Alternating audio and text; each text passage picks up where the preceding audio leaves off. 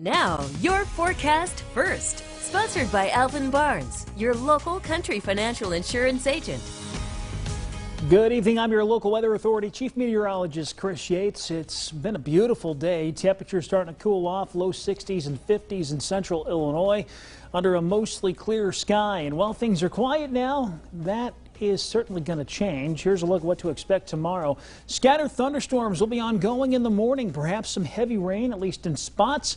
And then we'll get a little bit of a break as the storm coverage begins to decrease early in the afternoon, but we're not done. We'll have a chance for some strong to severe storms late in the afternoon tomorrow, more so tomorrow evening. I'll break down that complete forecast coming up.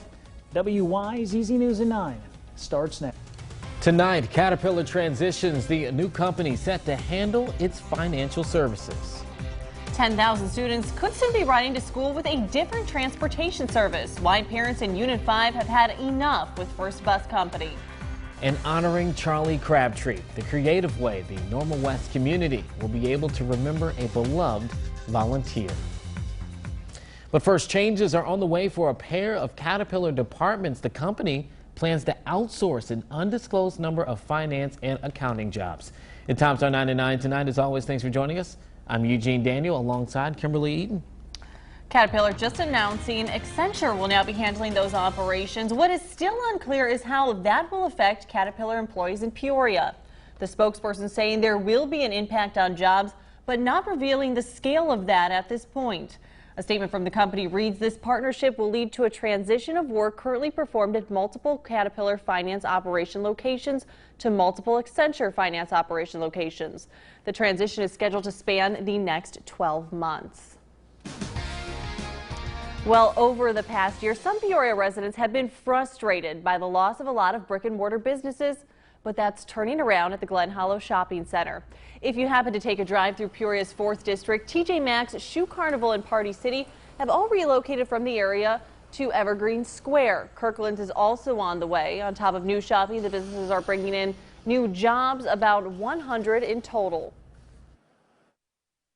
Going from a shopping center with a dark box to a full, vibrant, fully renovated, new facade, it's exciting. It's exciting for Peoria. It's definitely exciting for us, and we wish these tenants the best. So here's the breakdown. Shoe Carnival is open. TJ Maxx open today. Kirkland should be up and running within the next 6 weeks. Party City by January. And the old Steak and Shake across the street from the center will also soon house a new business. Well, Washington Community High family met with school officials about punishment recently given to their child. Earlier this month, someone reported the freshman from making a threat against the school, but his parents say he was just singing rap lyrics. The district suspended that teen for 6 days and said that he cannot attend extracurricular activities for the remainder of the year. The family thinks that that is too harsh and wants threat taken off their son's record. Today, the two sides met, and school officials say they will make a final decision on the matter at its next board meeting, October 15th. And Peoria County Board member Jay Hall is no longer the president and secretary of Pekin Ambucks. This after Hall wrote on Facebook that a teenage climate activist looked like she had Mongoloidism Down syndrome. Ambucks is an organization that works with children with disabilities, and the Pekin company today announced it accepted his resignation.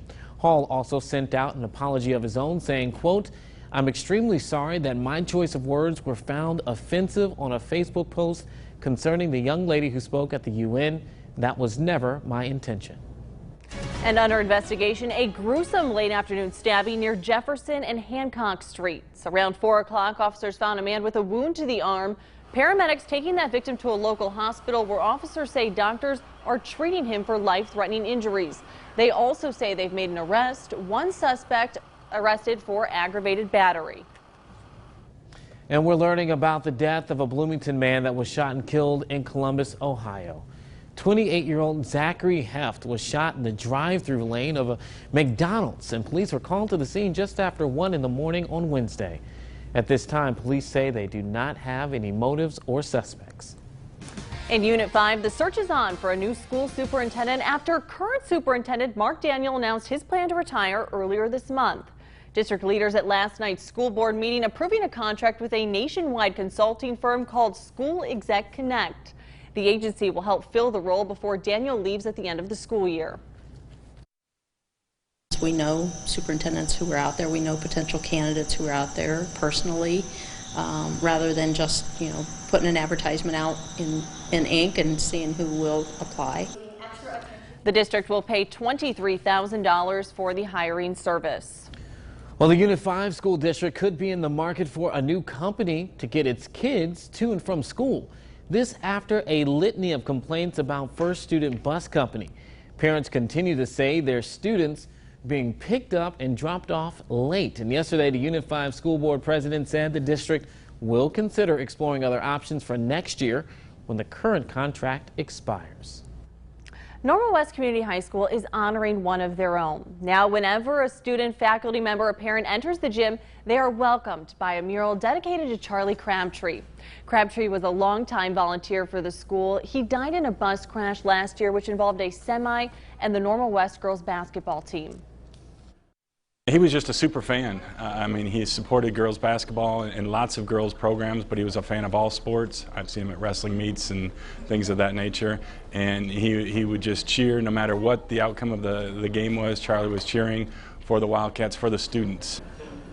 That mural features Charlie's favorite slogan, "Eat 'em up, eat 'em up."